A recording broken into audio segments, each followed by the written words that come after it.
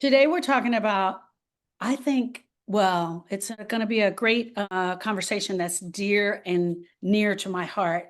The title of today's podcast is The Caregiver No One Sees. Today I'm talking to about something that millions of us are going through right now. We're living through this. And I want to talk honestly about this. And my guest today is Joanna. She's a wife, a mother of two young children, a former teacher, and now the primary caregiver for her mother, who was diagnosed with Alzheimer's. What's interesting about this conversation, it's something that we are both personally experiencing. And so that's why I was so excited to have her come on the show today. So today isn't just an interview. This is a conversation between two women trying to love someone through a very hard season. Hello, Joanna. Welcome to the Hi, show. hello. Thank you for having me. So Well, excited. and then I knew you had two littles, but I didn't realize one of them was like 2.5. So I was like, oh, she's Yeah. working full time. Oh yeah. It's Wow. wild over Wow. here. So cool. So cool. So my Yeah. daughter has the twins and they're 4. And today was their first day of TK. So we Oh, got all excited with our book bags and everything. So it was exciting. that's so exciting. Yeah. This time of So year with like August school, like we're getting ready to send my son to kindergarten. So there's a lot of big things and transitions happening for us too right now. We're excited about it. that's so great. Yeah. Okay. So my first question to you is, who was mom before the Alzheimer's? Ooh, great question. My mother grew up in a very old school Italian family, big big family. Her mother had ten children. Her father had six, or sorry, her mother had 10 siblings. Her father had six. So big meals. She cooked big. Any kind of get together, it was like food for an army. Excellent cook. Very passionate, hard worker. Always put together. Makeup, hair, outfits, stylish, always on the go. She was the mom on PTO. She was doing the fundraising. She kind of did everything, you know. She was a stay-at-home mom for a bit when we were little, and then went back to work when we were a little bit older.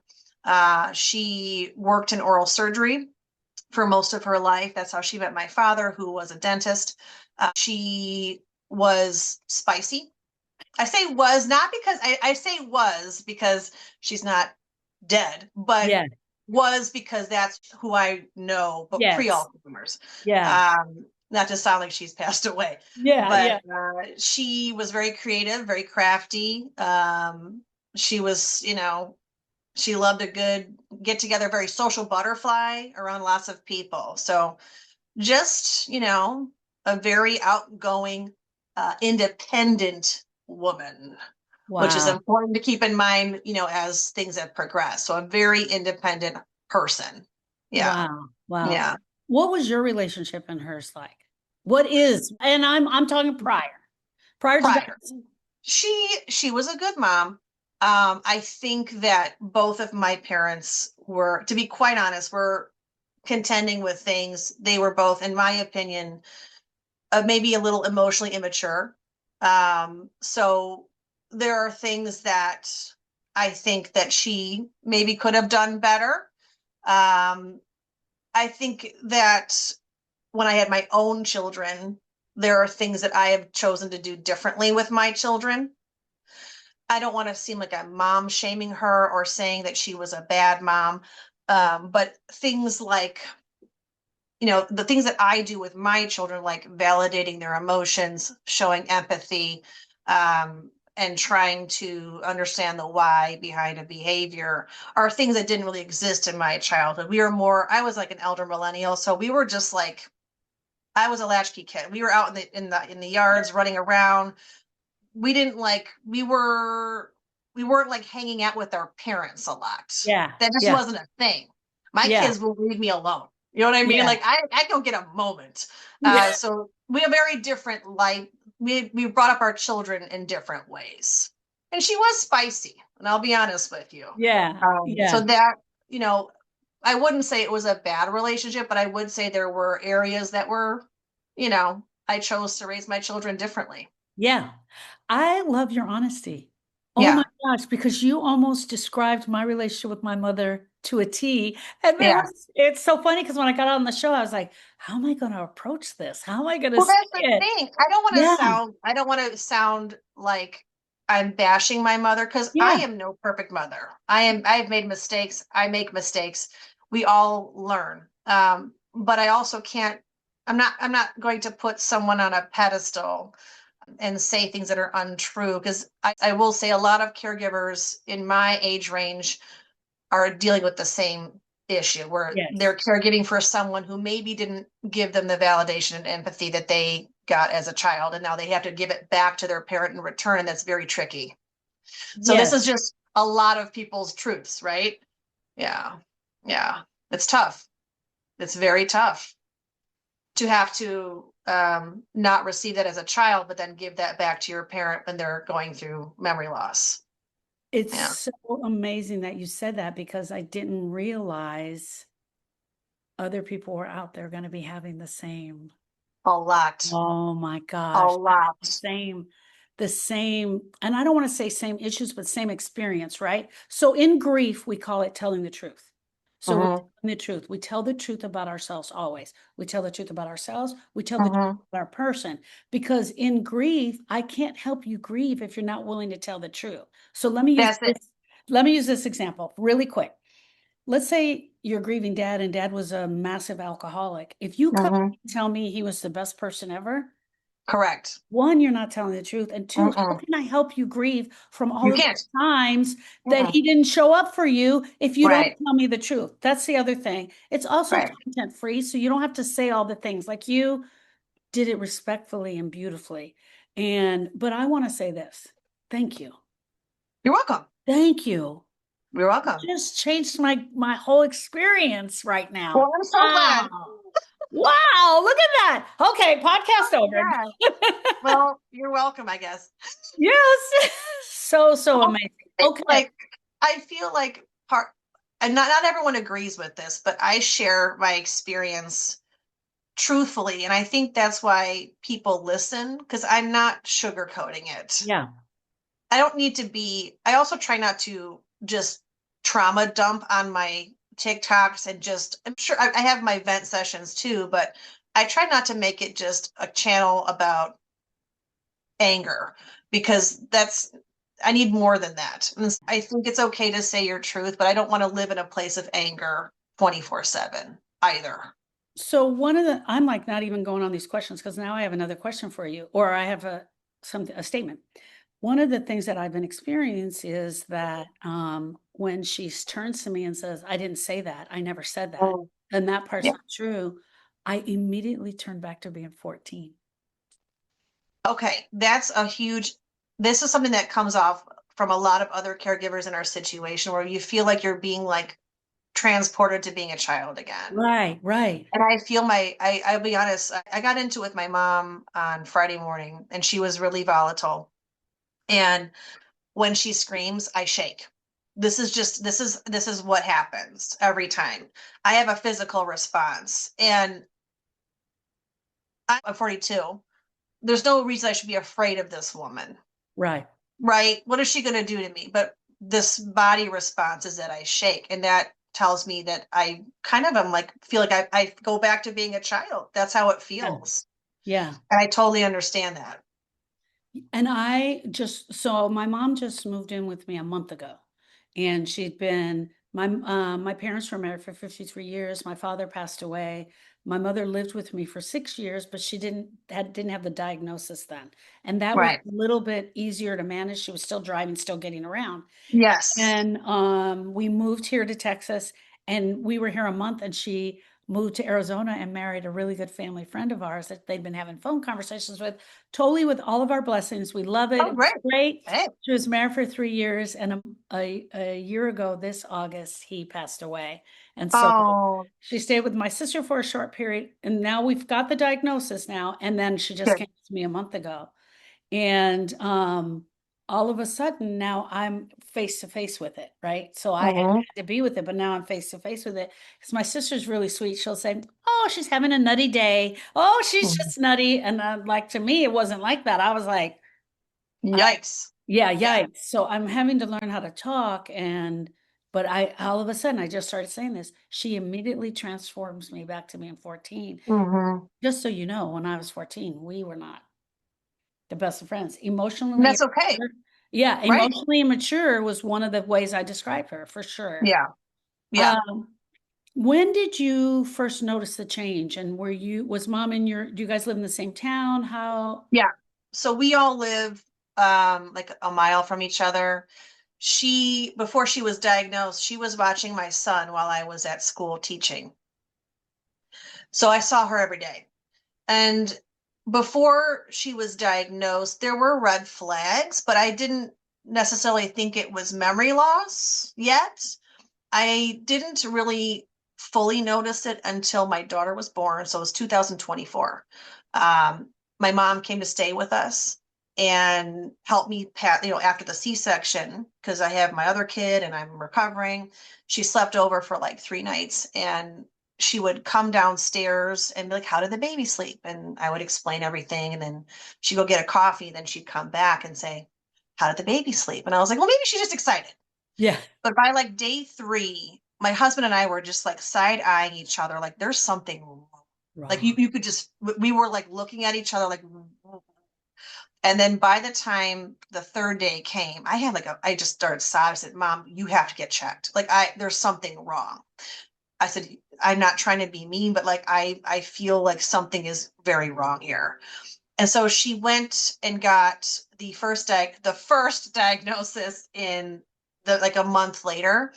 Uh, and then she got the Alzheimer's diagnosis about a year ago from the neurologist.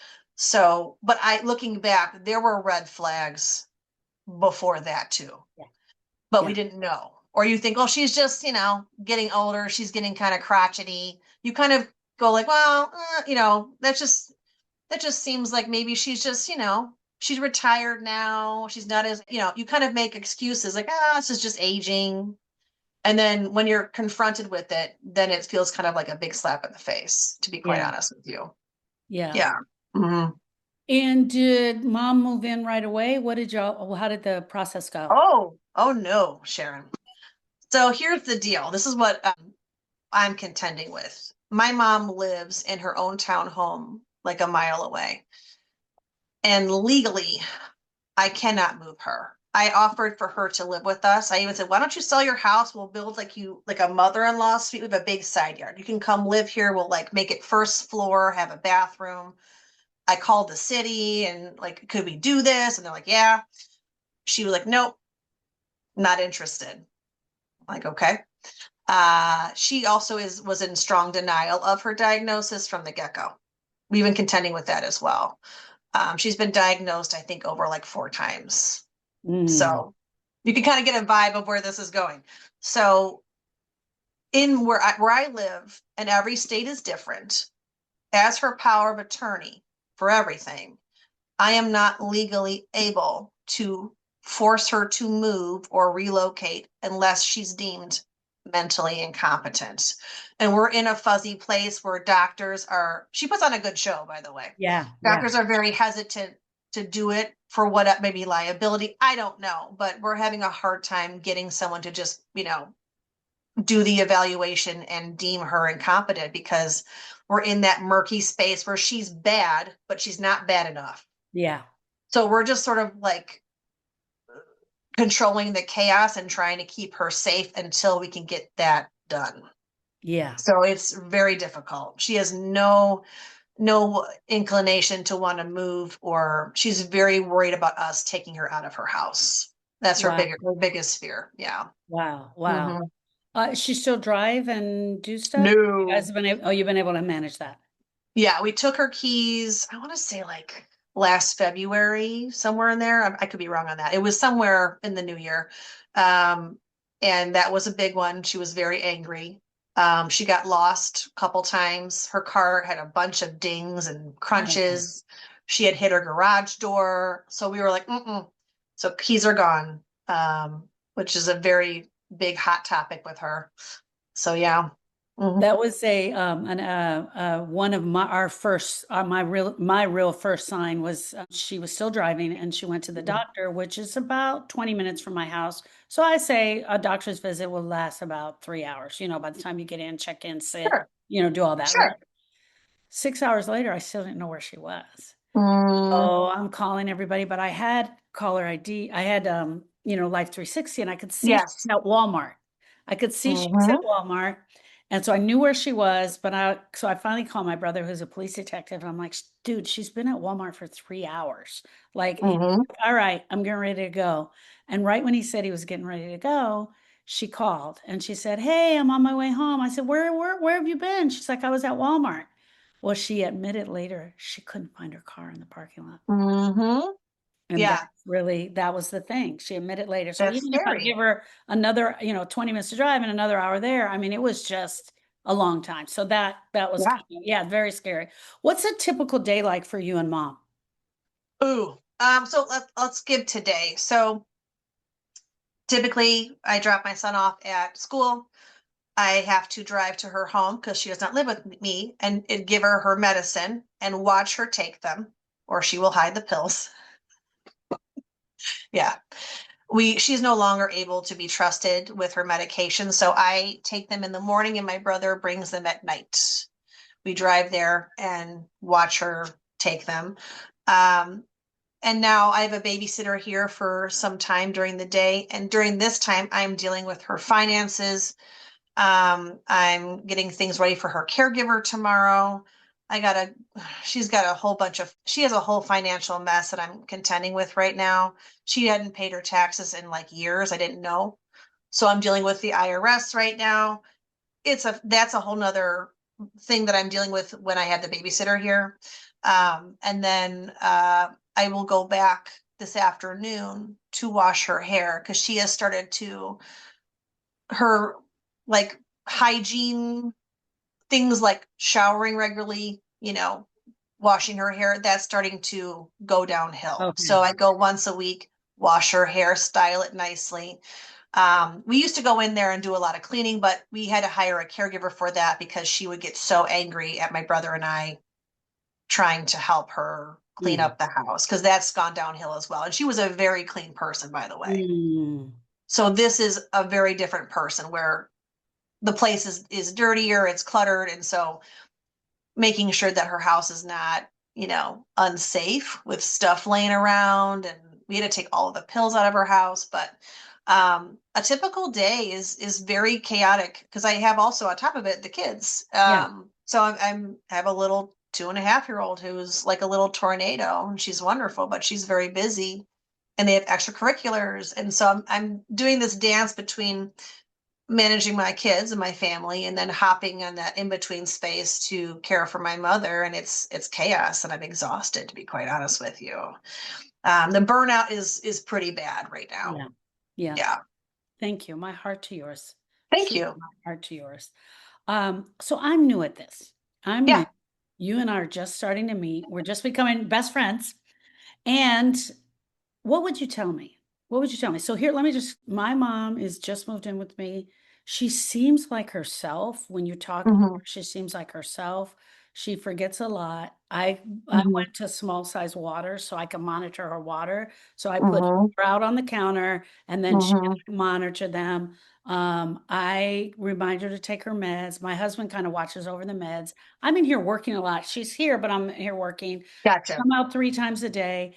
There's a lot of times where she says it didn't happen. She doesn't remember that didn't happen. Hmm. I call it lying, but my sister gets mad that I'm calling it lying. I'm like, she's lying. She's like, Sharon, she's not lying. I think she's just still covering up. So Yeah. kind of where I am. She's doing her care still for herself. She's in the depends, I don't guess I shouldn't have said that online. Hmm. Anyway, so she still does her care. I oversee everything. I'm always checking on her. Hey, what do you need? Are you hungry? Do you want something? All of that. What advice would you give me? We just met, and what would you tell me? The first thing I would usually I ask is, do you guys have her finances and legal stuff okay, like in terms of her will, do you have power all those things are important to have those conversations while she's still lucid. I think, because that's so important. I know it's uncomfortable for a lot of people to talk about, like, well, I don't want to ask I'm like, you have to, Yeah. Yeah. because that could give you a lot of trouble down the line. Knowing things like, do you have like retirement accounts? Do you have 401ks? Do you have a safety deposit box? Those things that they're going to forget exist. So I know that sounds kind of HR, or like it sounds a little bit sterile, but I think that's important, because once they forget those things, it's gone. And then you have to figure that out. Yeah. Secondly, I would recommend to anyone starting their journey in memory loss is to definitely have a good therapist. Even if you don't think you need it, I would recommend it. Because as things decline, you will need someone to talk to, or have some sort of way that you handle all of the stress and the changes going on, whether it be therapy, working out, like I love yoga, which I've been trying to do more often, or whatever helps you mentally feel okay through this process. You need to get that ready for yourself, because you can't care for someone if you yourself go downhill. Like if you're the captain of the ship and you are not able to do your job, everyone now cannot do their job either, because you're leading the way, right? I would also suggest that you find, if you need a support group, there's caregiver support groups, and especially TikTok. There's a network of us that all sort of work together.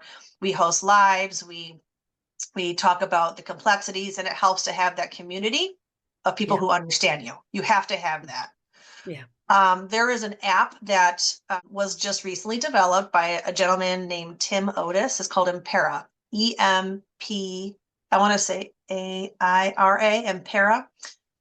He designed a website. I shouldn't say app, it's a website for caregivers. It's anonymous, where you can go in there and say the things that you're afraid to say, and have people like you help you through that and validate, without the shame of saying, oh my gosh, my mom was so mean today, I can't stand her today, because you're afraid to say those things out loud.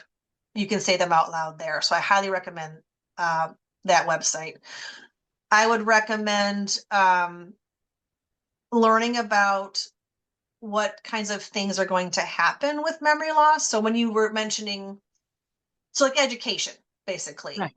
because I learned from TikTok, which is really crazy, only because I feel like the medical system is not necessarily the most helpful in my Yeah. experience. It's been, Yeah. it sort of has been, it's there, but as a caregiver, I feel like I'm walking in blind most of the Yeah. time. Yeah. So like I learned about, for example, how they have delusions, how they have confabulation, all these different terms I didn't know existed. So, for example, when your mom says, says something that's not true, sometimes when they progress in their mind, it did happen the way they think, because it's called a confabulation. So, for example, let's say your mom doesn't remember where, I don't know, where she put her purse, and you guys are looking for it. She might say, well, you took it. And you'll be like, I didn't Okay. take it. That's not, it never happened, but her brain filled in the gap with, yes, that did happen. So Let me things like, interject right here. I'm gonna interject. Yesterday, she told me, you made me sell all my stuff in a garage sale for $1. yes, uh-huh, So I did have a garage sale for her in the 80s. but yes, Nothing was priced for $1. yes, yes. And she was literally upset about it. Hmm. Hmm. And all I said was, her, you remember that? Like, where did that come from? But I did have a garage sale for her. Right. They take like some memory that act like some of these events that did happen, but then it's diluted. It's not accurate. So you'll say, we never said that to you, but maybe in their mind it actually did, because their Oh, brain will literally fill in the gaps, even if it's not accurate. And then what's hard in our situation, if we have a parent who maybe had some pattern of behavior before memory loss that was maybe a little troublesome, like if they were a little bit manipulative, or if they were a little bit, um, I guess, like, so for my mom she's highly in denial about her disease. Those behaviors are still there too. Yes. So it Yes. gets very blurry about like what is the pattern of this person's behavior and also what is the memory loss. And it gets very blurry because we want to make sure we have boundaries with them so they can't, make us miserable. At the same rate, acknowledge the disease is shriveling their brain. Yeah. So it's a very weird path. And I'm not going to lie, I struggle with it every day. So, like, learning those things, like, oh, there's things called delusions, they have paranoia, so that you understand the why of why they might, like, my mom's been hiding her things because someone's going to come in and take, like, mom, no one's coming in your house. But I learned from, learning about Alzheimer's, they have paranoia. And that's a common symptom. And those types of things help us understand the why of why they do certain things that they do. Maybe have a Your little bit more compassion, right? your advice on what would you tell me first? I was just so right on. It's so perfect. There's five of us. Is there just two of you? Mm-hmm. There's just the two. So Yeah. there's five of us. So we split it up. So my brother is taken care of and has done the living trust, and he has all that portion of it. My brother and my Mm-hmm. sister. So yeah, some of that stuff. I mean, what the best advice ever. Okay, one thing, and I said I was going to make this short, and look at me making it long. You That's keep okay. calling it memory loss. You're not actually calling it as Alzheimer's or dementia. You're saying memory loss. I kind of like that. Is that the terminology? I say that That's because there's different, so there's Alzheimer's, there's, well, dementia is the umbrella term, right? yes, Any yes, kind of memory loss. But then yes. there's Alzheimer's, there's frontal Lewy body, temporal dementia. frontal There's so many temporal. different, like, this is where I've learned so much from other caregivers that are dealing with, like, there's Parkinson's, there's Huntington's, Yeah, there's so many things that fall under these cognitive, declining loved ones of ours that all are kind of experiencing similar things, but it doesn't always mean it's Alzheimer's. yeah, Like, I know, so one of my connections, Brent, he has a wife with Parkinson's, and she also has some of the same symptoms of sundowning that an Alzheimer's patient has, but she has Parkinson's. right. So we all kind of experience a lot of the same things, but Okay. in different ways. Yeah. I love that you're saying memory loss because I don't know, it just seems a little, I don't know. It's the first time I've heard someone use it over and over again. So it's like a little I'm softer. kind of using it as like a wide range term It's a because little there's bit so more many different things. respectful Yeah. to me. I don't, that's how Yeah. it's coming across. Well, we can't say the A word with we can't say Alzheimer's with my mom. Oh, She's okay. very, very, but maybe that's why too. Don't say the word. So we just memory loss. Okay. It's memory Okay. This loss. is going to be my last question. Sure. Someone became a caregiver yesterday and they're listening today. What's one bit of advice that you want to give them? Because I know what you gave me my advice. What's one bit of advice Yeah. you want to give them? And then I have one more follow-up question. I would say, I know it's so hard, but you have to make sure that you're okay. And you're not going to be living the life that you knew. That's hard too. Um, but I am still struggling to make sure that I am physically, mentally, emotionally okay because of the burden of caregiving. And it's so easy to reach a place of burnout, and it happens so quickly where you can get sick, you can end up in a really sad place, you can end up like hitting a wall of exhaustion, and then you're kind of useless to everybody. So my biggest advice is it's some days I have to prioritize what do I have to do today? What can I postpone to tomorrow? And that question alone has saved me from overwhelm many, many times. Like prioritizing what do I have to do today? But really, can I wait? Do I have to vacuum her house today or can that wait? Because I'm exhausted. Yeah. Do I have to deal with her her paperwork today? Yes, I do. Can I wait to wash her hair a day? Yes, I can. Yeah. So understanding that you have to give yourself some leeway or you're not going to be able to physically do all this yourself. Are you and brother on the same page always? Mhm. Yeah. Mm. That's beautiful. That's so Yeah. good. Yeah, we try to be. There's been some moments, but there's five of us, and we're trying Sure. to be. We separated it, so that helps. Like, here's your job, here's your job, here's your, Yes. and that's what we did Yes. with our dad when our dad was sick. And so, kind of what happened here is everyone took the same role they had before, so that kind of helps. But it doesn't mean there's five of us. It doesn't mean there's not going to be fist For fight. sure. Oh, We kind of divide and conquer. So like yeah, you know, she's been particularly volatile with him lately. So he had to take a step back because we needed him to not just get pummeled that way verbally. So I'm like, hey, you handle this paperwork, I'll deal with her. And yeah, there's been times where I have to step back yeah, because, like we kind of have to take, thankfully there's two of us because, she'll hone in on someone or she also tries to pit us against each other, which is very hard. Because she wants to do like the good cop, bad cop thing. she's Mhm. the queen of that over here. Uh-huh. And I think it's super common because she'll literally say like, "Oh, you're fine," but yeah, and I'm like, so we have to like sort of like basically take different responsibilities depending on what's going on with her. Yeah. So, yeah. So, where can people who want to follow you, people who want more information, who love what they're hearing right now, where can they find you? I'm primarily on TikTok. I know I probably should go other places too, but I find that I'm on there the most. You can find, I think I'm under Sleepy Goddess 414. And there I post about, oops, sorry, that's my brother right now. Hold on. I primarily post not just my journey. I try to also post things that could be helpful. And I think as an educator, I try to like if I find a resource, I share it. So like when I found you, I'm like, look Yeah. at that. Or if I learn something new, I try to send it out.